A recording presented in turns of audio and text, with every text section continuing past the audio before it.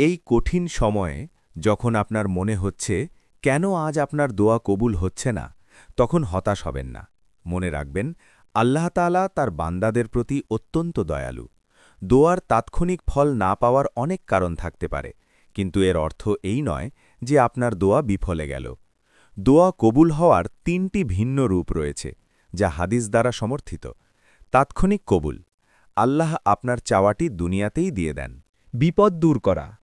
আপনার চাওয়াটি না দিলেও তার বিনিময়ে আল্লাহ আপনার থেকে একটি আসন্ন বিপদ বা মুসিবত সরিয়ে দেন। আখিরাতের সঞ্চয়। আপনার চাওয়াটি দুনিয়াতে অপূর্ণ রেখে তার পূর্ণ প্রতিদান আখিরাতের জন্য সঞ্চয় করে রাখেন, যা কিয়ামতের দিন আপনার জন্য বড় নেকি হিসেবে আবির্ভূত হবে। যখন আপনি ভাবছেন যে আপনার দোয়া কবুল হচ্ছে না, তখন মনে রাখবেন, আল্লাহ হয়তো এর চেয়েও উত্তম কিছু আপনার জন্য গোপন রেখেছেন, অথবা আপনার বিরাট এক বিপদ নীরবে সরিয়ে দিয়েছেন। আল্লাহর ফয়সালা সবসময়ই আমাদের জন্য কল্যাণকর। ধৈর্য এবং ইবাদতের পরীক্ষা। আল্লাহ তাআলা মুমিনদেরকে সবর এবং দৃঢ় বিশ্বাসের মাধ্যমে পরীক্ষা করেন। দোয়ার ফল পেতে দেরি হওয়াটা এই পরীক্ষারই অংশ। আল্লাহকে ডাকা থামাবেন না। ফল না পেলেও আল্লাহকে ডাকা বা দোয়া করা বন্ধ করবেন না। এটি আপনার ইবাদত, যা কখনোই বৃথা যায় না। নবী রাসূলগণও কঠিন পরিস্থিতিতে দোয়া করতেন। দোয়ার শক্তি। দোয়া নিজেই একটি ইবাদত। ফল আসুক বা না আসুক, দোয়া করার মাধ্যমে আপনি আল্লাহর নৈকট্য লাভ করছেন।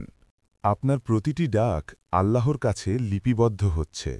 প্রতিটি কষ্টের পর মুহূর্তেই আল্লাহ আপনার বিশ্বাস ও ধৈর্যের মাত্রা দেখতে চাইছেন। নিশ্চয়ই কষ্টের পরেই স্বস্তি রয়েছে। আপনার দোয়ায় মনোযোগ দিন। দোয়ার সময় কিছু বিষয় যাচাই করে দেখুন। ১. হারাম বর্জন। নিশ্চিত করুন যে আপনার উপার্জন, খাদ্য এবং পরিধেয় সবকিছু হালাল। হাদিসে এসেছে, হারাম উপার্জনকারীর দোয়া কবুল হতে দেরি হয়। পরিপূর্ণ মনোযোগ।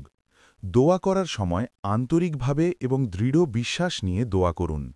অমনোযোগী বা সন্দেহ নিয়ে করা দোয়া আল্লাহ পছন্দ করেন না। নিয়মিত চেষ্টা।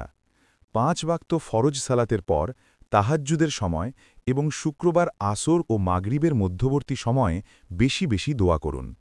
এই সময়গুলো দোয়া কবুলের জন্য বিশেষ সময়। বিনয় ও কাকুতি মিনতি। মনে রাখুন, আপনি আপনার সৃষ্টিকর্তার কাছে ভিক্ষা চাইছেন। নিজেকে ছোট করে বিনয়ের সাথে বারবার এবং অশ্রুসজল চোখে দোয়া করুন। পাপের জন্য অনুশোচনা। দোয়ার আগে অতীতের গুনাহের জন্য ক্ষমা বা তওবা চান। পাপ এবং আল্লাহর আদেশ অমান্য করা অনেক সময় দোয়া কবুল হওয়ার পথে বাধা হয়ে দাঁড়ায়। আপনার দোয়া কবুল না হওয়ার কারণ হয়তো আপনার চাওয়াটি নয়, বরং আপনার চাওয়াটা পূর্ণ করার আগে আল্লাহ আপনাকে আরও পবিত্র ও তার কাছাকাছি দেখতে চান।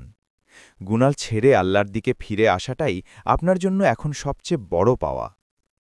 চূড়ান্ত কথা, আপনার নিয়তি আল্লাহর হাতে। মনে রাখবেন, আল্লাহ আপনার জন্য যা ভালো সেটাই করবেন। আপনি যা চাইছেন তা হয়তো আপনার জন্য ক্ষতিকর হতে পারে, যা আপনি জানেন না, কিন্তু আল্লাহ জানেন। শেষ বার্তা: হতাশা দূর করে উঠে দাঁড়ান। আজকের এই অপূর্ণতা যেন আপনাকে আল্লাহর কাছ থেকে দূরে সরিয়ে না দেয়, বরং আরও বেশি সাবর, আরও বেশি ইবাদত এবং আরও বেশি ইস্তিগফারের মাধ্যমে আল্লাহর দিকে ফিরে আসুন। ইনশাআল্লাহ আপনার দোয়া কবুল হবেই, হয়তো দুনিয়াতে আর না হয় আখেরাতে। আমিন। এমন আরও ভিডিও পেতে চ্যানেলটা সাবস্ক্রাইব করে বেল আইকনটি অন করে রাখুন।